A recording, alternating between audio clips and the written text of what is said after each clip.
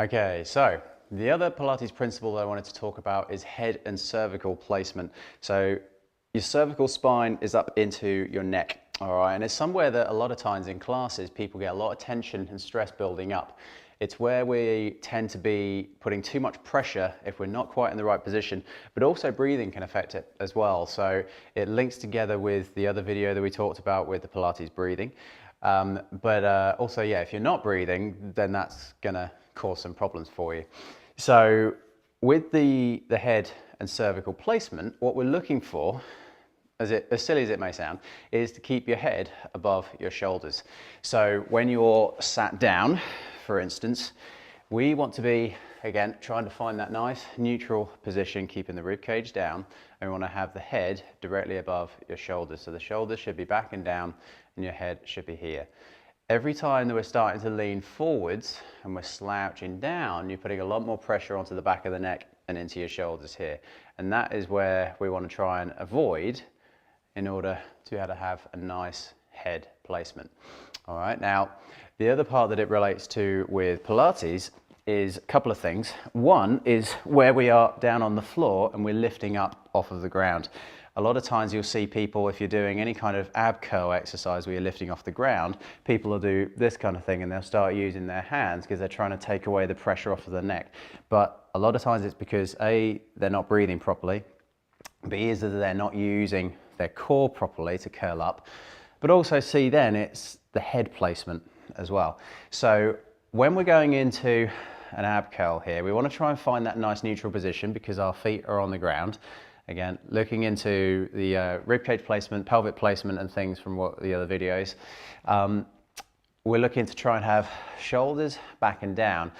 And the way that I find easiest to think about this one is imagining there's a traffic light on the ceiling directly above you. So you've got the red light shining directly down onto your face. Now what we want to try and do is get your head in the right place before we lift off of the ground. So we're gently nodding the head down, so you're looking at the orange light.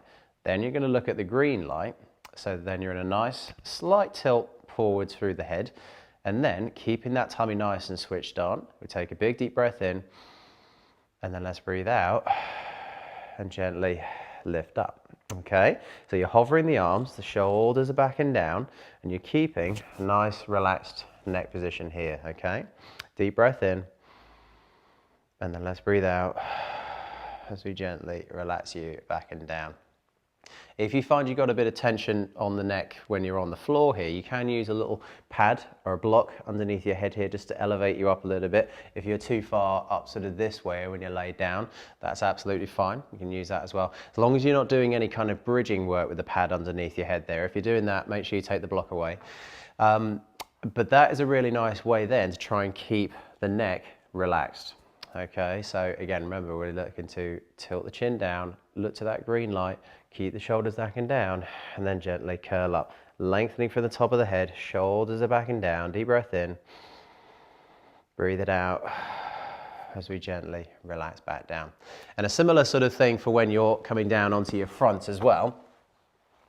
We want to try and make sure that you're looking to lengthen towards the far wall. We're not looking to try and arch up and then look up to the far wall, which is again something that a lot of people tend to do, and look up this way, or they look too far down this way. We want to try and make sure that we're lengthening from the top of the head out towards the far wall, squeezing through your bottom, and then focus on the lengthening. You're not raising up too high. You're just lifting off just a little bit, looking to just in front of you on your mat here.